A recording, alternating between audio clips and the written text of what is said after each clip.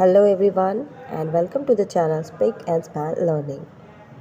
Today we are going to read Class 6 English 2, the new trade talk, chapter number 7, Quest for Natural Living. Quest का मतलब होता है खोज, किसी चीज़ को सर्च करना. So in this chapter we will see that there is a couple, एक जोड़ा है जिनका नाम है हरी एंड आशा. वो दोनों किस तरह से कुछ ऐसी खोज करते हैं जिसके कारण वो नेचुरल लिविंग में ही सरवाइव कर सके. So it's very interesting and informative chapter. Let's read it. They live in a house that needs no fans even when it is a blistering 40 degrees outside. They let their land bloom and bear like a forest without any interference. They उन लोगों के लिए है जिनका नाम हमने अभी बताया था, दैट इज़ हरी एंड आशा, जो कि एक मैरिड कपल है. उन्होंने अपने घर में एक फ़ैन भी नहीं रखा. They live in a house that needs no fan. उनके घर को किसी फ़ैन या पंखे की ज़रूरत नहीं है. इवन जब 40 डिग्रीज टेम्परेचर हो आउटसाइड, यानी काफ़ी ज़्यादा गर्मी में भी वो फ़ैन नहीं चलाते. They let their land bloom and bare like a forest without any interference. उन्होंने अपने घर को, लैंड यानी ज़मीन यानी उनके आंगन में उन्होंने कुछ ऐसा कर रखा है कि वो लैंड जो है ब्लूम करता है, खिलता है, और ऐसा लगता है कि जैसे वो कोई फॉरेस्ट हो, और उसमें किसी का इंटरफेरेंस, किसी ह्यूमन की दखलंदाजी नहीं है. They created a life for themselves that is close to nature. उन्होंने अपने जीवन को इस तरह से बनाया है कि वो नेचर यानी प्रकृति के बिल्कुल करीब है. एंड द बेस्ट बेनिफिट, और सबसे बड़ी बेनिफिट यानी लाभ क्या है? They haven't had to take any medicines in the last 17 years. तो उनको पिछले 17 सालों में किसी मेडिसिन की ज़रूरत ही नहीं पड़ी. यानी ना वो बीमार पड़ते हैं, ना डॉक्टर के पास जाते हैं, ना उन्हें कड़वी दवाइयाँ खानी पड़ती हैं. When Hari and Asa married, they made their wedding a gathering for fellow environmentalists. जब उनकी शादी हुई, हरी और आशा की शादी हुई, उस वक्त उन्होंने अपने शादी में इन्वायरमेंटलिस्ट को बुलाया, यानी जो लोग प्रकृति के लिए काम करते हैं. Every guest was served a fruit and a ball of Kerala's traditional paisam. और उन्होंने खाने में क्या अपने मेहमानों को सर्व किया? फ्रूट्स, एक फ्रूट और एक बॉल ऑफ पायसम. पायसम एक तरह का इंडियन डेजर्ट है जो कि आप यहाँ पे टफर्स में भी देख सकते हैं, but it is generally from South India. So Kerala से आता है पायसम. उन्होंने पायसम सर्व किया अपने गेस्ट्स को. They wouldn't celebrate it any other way. और वो इसके अलावा किसी और तरीके से तो सेलिब्रेट कर भी नहीं सकते थे, क्योंकि हम जानते हैं दे आर एनवायरमेंट लविंग. वो नेचर से बहुत प्यार करते हैं. Hari is an employee of the local water authority in Kannur and Asha is part of a community that helps farmers practice natural farming. तो ये दोनों काम क्या करते हैं? हरी एक लोकल वाटर अथॉरिटी में एम्प्लॉय है कन्नौर में, और आशा एक ऐसी ग्रुप में, एक ऐसी कम्युनिटी में काम करती है जो फार्मर्स यानी किसानों को नेचुरल फार्मिंग, प्रकृति से जुड़कर खेती कैसे की जाए ये सिखाते हैं. They both love nature and this is reflected in every aspect of their life. वे दोनों प्रकृति से कितना प्यार करते हैं वो उनके जीवन के हर एक क्षण में ये दिखाई देता है. When they decided to build a house, Hari and Asa wanted it to be energy efficient, deeply connected to nature and sustainable. जब उन्हें अपना एक घर बनाना था तो दोनों ने मिलकर ये तय किया कि उनके घर में उनका घर जो है एनर्जी एफिशिएंट यानी जहाँ ज़्यादा एनर्जी या इलेक्ट्रिसिटी का यूज़ ना हो और वो ज़्यादा से ज़्यादा नेचर के साथ कनेक्टेड हो और सस्टेनेबल भी, सस्टेनेबल यानी जो लंबे समय तक चले। An architect friend joined them in making such a house in a reality.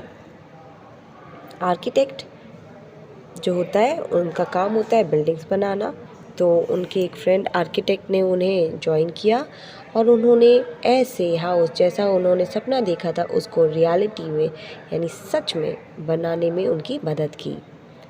The 960 square feet house sits amidst 34 cents of land in a little town in Kannur district, Kerala. ये लोग उनके पास 960 square feet का एक house है जो कि 34 cents of land Kerala के एक डिस्ट्रिक्ट कन्नौर डिस्ट्रिक्ट के एक छोटे से शहर में एक छोटा सा लैंड है, वहाँ पे ये रहते हैं। What makes it unique is that its walls are made of mud, an inspiration drawn from how the tribals of Kerala built their mud houses. तो चौंकाने वाली बात यह है कि काफ़ी यूनिक है इनका घर। उनके घर के वॉल्स यानी दीवारें मड यानी कीचड़ से मिट्टी के बने हुए हैं और इसका इंस्पिरेशन उन्होंने लिया है केरला के उन ट्राइब से। ट्राइबल पीपल जो एक जगह से दूसरी जगह घूमते हैं या अपने आप खुद ही अपने हाउसेस को बनाते हैं, उनके हाउस भी मड से बने होते हैं, तो उन्हीं से सीख लेकर इन्होंने भी मड हाउसेस बनाया है। These mud walls are alive and they breathe in and out. इनके जो मड वॉल्स मिट्टी के बनी हुई जो दीवारें हैं, ऐसा लगता है कि दे आर अलाइव, वो जिंदा है और वो सांस अंदर और बाहर लेते हैं जैसे कि बाकी सभी जीव चीज़ें करते हैं। The walls let the warmth of the sun into the house slowly during the day. जो दीवारें हैं उनसे सन की रोशनी, सूरज की गर्मी हाउस के अंदर, घर के अंदर धीरे धीरे पूरे दिन भर में अंदर जाती है। By the time the air within the house is warm, it's evening. और जब तक घर पूरी तरह से गर्म हो जाता है तब तक इवनिंग यानी शाम का समय होता है। The house stays warm until around 11 at night. रात के 11 बजे तक ये घर अच्छे से वार्म रहता है। Then it's time for the cool air to permeate. Permeate का मतलब होता है अंदर बाहर होना, यानी किसी चीज़ को पास ऑन करने के लिए अलाउ करना। तो इस टाइम तक फिर ठंडी हवा अंदर आने लगती है और घर के अंदर जो गर्मी है वो भी बाहर निकल जाती है। This movement of air makes a fan completely redundant for the house, whatever the temperature outside.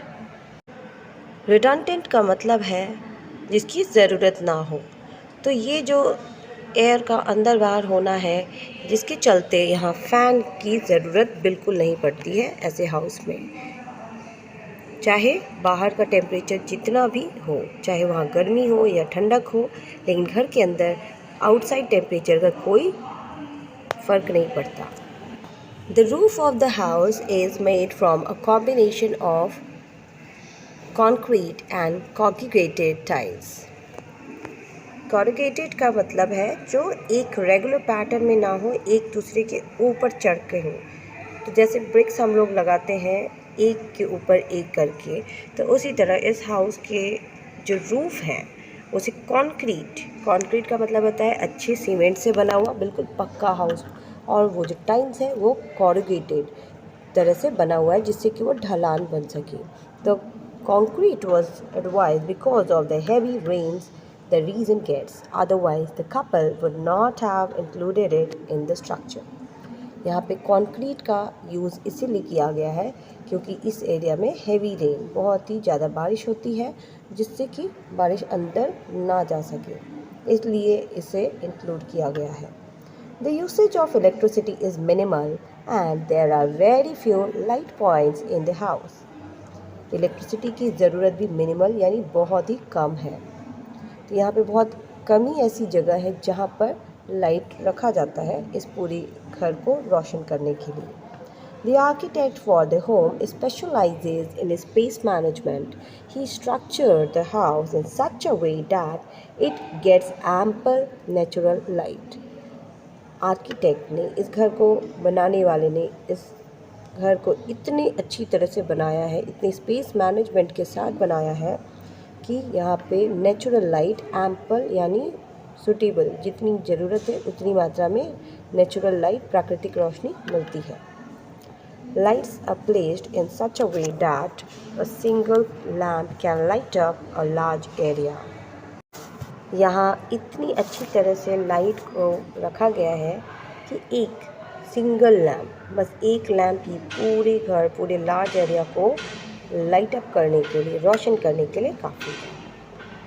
Hari and Asha decided they do not need a fridge, primarily because most of the food they consume comes directly from the land. Hari and Asha ने decide किया कि वो अपने घर में कोई fridge नहीं रखेंगे, क्योंकि उनका जो भी फूड है वो डायरेक्टली उनके लैंड यानी उनकी खुद की खेती से ही आता है, तो उसे स्टोर करके रखने की कोई ज़रूरत ही नहीं है। Still, in order to create some kind of cool storage area, they dug up a square space in the kitchen, lined it with bricks and placed a mud pot inside. By filling sand around the pot and keeping it damp, the mud pot stays cool and keeps things fresh for at least a week. उन्होंने कोई fridge तो नहीं रखा, but हाँ, उनको एक cool storage की ज़रूरत तो है। उन्होंने सोचा कि ऐसा कुछ होना ही चाहिए, सो उन्होंने अपने किचन में एक स्क्वायर स्पेस में, स्क्वायर जितना जगह डग अप करके, खोद कर उसके अंदर साइड में ब्रिक्स रख दिए और उसे मड से भर दिया। मड पॉट का मतलब है मिट्टी का घड़ा, उसके अंदर रख दिया। अब उसमें सैंड, उस पॉट के चारों तरफ सैंड यानी बालू से भरकर उसे डैम्प कर दिया, यानी थोड़ा गीला हो गया। और अब इस मड पॉट में जो भी चीज़ें रखी जाए वो कम से कम 1 वीक यानी 1 सप्ताह तक फ्रेश ही रहती है। They also use solar panels and their kitchen runs on biogas. ये लोग सोलर पैनल यानी सूरज की ऊर्जा का प्रयोग भी करते हैं एंड बायोगैस भी। All waste generated from the house, including latrine waste, is converted to biogas. यानी इन्होंने अपने घर का एक भी कूड़ा कचरा बर्बाद नहीं किया, उन सब को कन्वर्ट किया जाता है बायोगैस बनाने के लिए। Their power consumption from the grid is as low as 4 units per month, while an average household uses a minimum of 50 units a month. ये बहुत ही चौंकाने वाली बात है कि इनके घर में इलेक्ट्रिसिटी का प्रयोग बहुत ही कम होता है। जहाँ किसी भी कॉमन घर में कम से कम 50 यूनिट अ मंथ का यूज़ होता हो, लेकिन इनके यहाँ just 4 units per month. This doesn't mean we live a primitive life, says Hari. Hari का कहना है कि इन चीज़ों का मतलब ये बिल्कुल भी नहीं है कि हम प्रिमिटिव लाइफ यूज़ कर रहे हैं। प्रिमिटिव यानी पुराने सभ्यता की, जो मॉडर्न ना हो। They have a TV, mixture grinder, computer and other appliances like many normal urban households. They have just figured out smarter ways to generate and use energy. इनके घर में भी दूसरे नॉर्मल घर की तरह या एक अर्बन हाउस होल्ड की तरह, अर्बन यानी शहरी घर की तरह टीवी, मिक्सर ग्राइंडर, कंप्यूटर और बाकी सारी चीज़ें हैं। बस इन्होंने एक स्मार्टर यानी मोर ज़्यादा समझदार तरीका ढूंढ निकाला है जिससे कि वो एनर्जी का कम से कम यूज़ कर सके। Hari and Asha's home sits in the middle of a mini forest that they have created. It is now home to birds, butterflies and animals. Hari and Asha ने अपने घर को एक छोटे से जंगल के बीचों बीच बनाया है। ये जंगल वो जंगल नहीं जो प्रकृति अपने आप बनाती है, बट इन्होंने ग्रो किया है ताकि उनके घर के आसपास बर्ड्स, बटरफ्लाइज, एनिमल्स वो भी रह सके। The land produces fruits and vegetables which they believe should grow naturally. They do not till the land. और इस लैंड में अपनी ज़मीन पे वो खुद ही फ्रूट्स एंड वेजिटेबल्स को उगाते हैं, और वो भी बिल्कुल नेचुरल तरीके से। वो अपनी लैंड को टिल भी नहीं करते। टिल यानी उसे अपवर्ड टर्न करना, उसे टर्न करते रहना। The only time they use a tool like a shovel is while planting. Shovel एक तरह का टूल होता है जिसे खुदाई करते हैं, तो वो सॉवल तभी यूज़ करते हैं जब उन्हें प्लांटिंग करनी हो, कोई प्लांट लगाना हो, अदरवाइज बिल्कुल भी नहीं। Natural manure is used, and that too very judicially, without overfeeding the land with nutrients. ये प्राकृतिक रूप की खाद का प्रयोग करते हैं, वो भी जुडिशियली यानी बहुत ही समझदारी से, यानी कि उसमें न्यूट्रिएंट्स का ज़्यादा प्रयोग नहीं किया जाता है। Have you noticed that a fruit from the forest tastes different from a fruit from cultivated land? आज आशा का क्वेश्चन है कि क्या आपने कभी ये ध्यान दिया है कि अगर आप फॉरेस्ट से, जंगल से एक फल तोड़कर खाएं और एक कल्टिवेटेड लैंड, खुद के लैंड से ख़रीद के खाएं, इन दोनों में बहुत अंतर होता है। The land knows it all, she smiles. और आशा स्माइल करते हुए जवाब देती है, द लैंड, इस ज़मीन को, इस धरती को सब कुछ पता है, यानी जो कुछ भी ज़रूरत है खाद के लिए वो नेचर अपने आप ज़मीन को दे देता है। Natural living has also benefited their health, the couple believes. ये जो आशा एंड हरी है, इन दोनों का ये मानना है कि ये नेचुरल लिविंग हमारी हेल्थ को बहुत ज़्यादा बेनिफिट देता है, यानी ये हमारे लिए बहुत लाभदायक है। They haven't taken any medicines for the past 17 years। ये बहुत ही बड़ी बात है कि पिछले 17 सालों में उन्होंने कोई भी मेडिसिन नहीं लिया है, यानी वो कभी बीमार ही नहीं पड़े। Good food and policy of not interfering with the body have kept diseases at bay, apart from the occasional cold and fever. With some rest, liquids and fasting, the body bounces back to full vigor. Hari beams. Beams का अर्थ है smile करना, यानी खुशी खुशी। हरी का भी कहना है कि ये इनकी जो एक अच्छे फूड खाने की आदत है और एक पॉलिसी है कि वो अपने बॉडी को किसी तरह का इंटरफेरेंस नहीं करेंगे, इसके कारण सारी बीमारियां उनसे काफ़ी दूर रहती है। हाँ, बस कभी कभार कोल्ड एंड फीवर होना तो ये कॉमन चीज़ें हैं। तो उन्होंने अपने आप को अच्छा रेस्ट दिया, लिक्विड दिया एंड फास्टिंग, कभी कभी भूखे रहकर भी वो अपने बॉडी को बहुत ज़्यादा एनर्जी देते हैं। While we can't all create a forest like Hari and Asha, there is perhaps still a lesson or two in this story for us of adopting simpler lifestyles that are gentle on the environment and give a deeper meaning our own existence too. अब at the end of the story, Hari and Asha की तरह हम अपने आसपास forest तो नहीं बना सकते हैं, हाँ, मगर इस स्टोरी से हम कुछ सीख सकते हैं। कम से कम एक या दो चीज़ें तो हम ज़रूर सीख सकते हैं, और वो ये है कि हम किस तरह अपने लाइफस्टाइल को और सिंपलर बनाएं। हम सिंपल लाइफ, एक सीधा साधा जीवन जीना शुरू करें, जिससे कि हम अपने इन्वायरमेंट को भी अच्छा रख सकें और हमारी खुद की एग्जिस्टेंस यानी हमारी लाइफ भी एक मीनिंगफुल वन बन सके। हम भी उनकी तरह डिजीज़ फ्री और खुशहाल रह सकें। From an article written for The Better India by रंजिनी Shivswami.